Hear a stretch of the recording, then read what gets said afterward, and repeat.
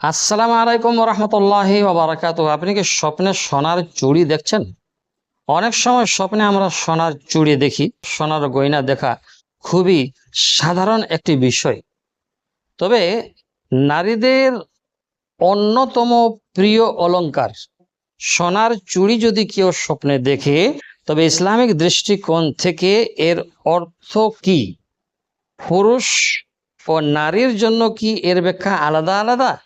বিখ্যাত স্বপ্ন বিশারদ আল্লামা ইবনে সিরিন রাহিমাহুল্লাহ তিনি তিনার কিতাবে বলা হয়েছে সেগুলো আজকের ভিডিওতে আমরা ইনশাআল্লাহ তাবারাক ওয়া তাআলা আপনাদের সাথে শেয়ার করব, আপনাদের কাছে আপনাদের সামনে তুলে ধরব। তাহলে চলুন আমরা 1 নম্বর ব্যাখ্যা বলবো।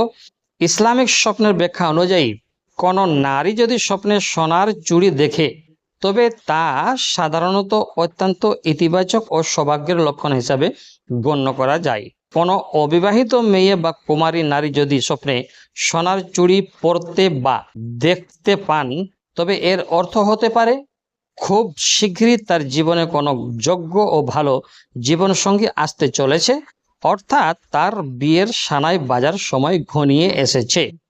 বিবাহিত নারী যদি এরকম স্বপ্ন দেখে, স্বপ্নে সোনার অলংকার অর্থাৎ সোনার চুড়ি, তো বিবাহিত নারীদের জন্য এটি বৈবাহিক জীবনে সুখ শান্তি বৃদ্ধি, স্বামীর ভালোবাসা এবং সংসারে বরকত আসার সুসংবাদ হতে পারে।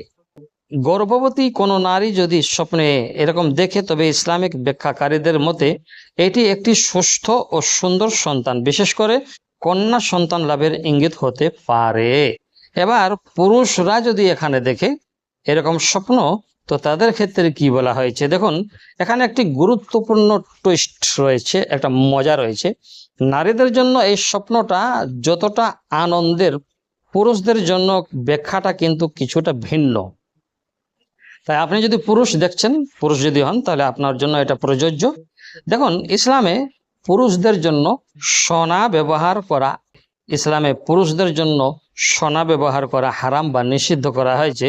ঠিক একইভাবে কোনো পুরুষ যদি স্বপ্নে নিজের হাতে সোনার চুড়ি পরতে দেখে, তবে স্বপ্নে বিশারদদের মতে এটি মানসিক দুশ্চিন্তা, ঋণগ্রস্ততা বা সাময়িক কোনো সংকটে পড়তে পারেন।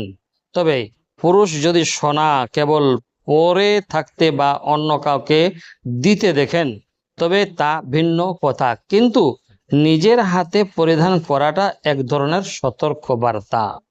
3 নম্বর আমরা ব্যাখ্যা বলবো। রাসূল সাল্লাল্লাহু আলাইহি ওয়াসাল্লাম বলেছেন, ভালো স্বপ্ন আল্লাহর পক্ষ থেকে একটি সুসংবাদ। মুমিনের সত্য স্বপ্ন নবুয়তের 46 ভাগের 1 ভাগ, সহিহ বুখারী শরীফ। তাই নারীরা এই স্বপ্ন দেখার পর আল্লাহর দরবারে শুকরিয়া আদায় করতে বলবেন বা করবেন, আলহামদুলিল্লাহ পড়বেন। আর পুরুষরা যদি এমন স্বপ্ন দেখে চিন্তিত হন, তবে আল্লাহর কাছে ক্ষমা প্রার্থনা করবেন, ইস্তেগফার করবেন এবং সাধ্যমতো কিছু দান সাদকা করবেন, কারণ দান মানুষের উপর থেকে যে কোনো বিপদকে দূর করে দেয়। যাই হোক, আশা করব আমাদের ভিডিও বুঝতে পেরেছেন। ভালো যদি লাগে video like, comment, share, subscribe করে আমাদের সাথে পাশে থাকবেন। আসসালামু আলাইকুম ওয়া রাহমাতুল্লাহি ওয়া বারাকাতুহু।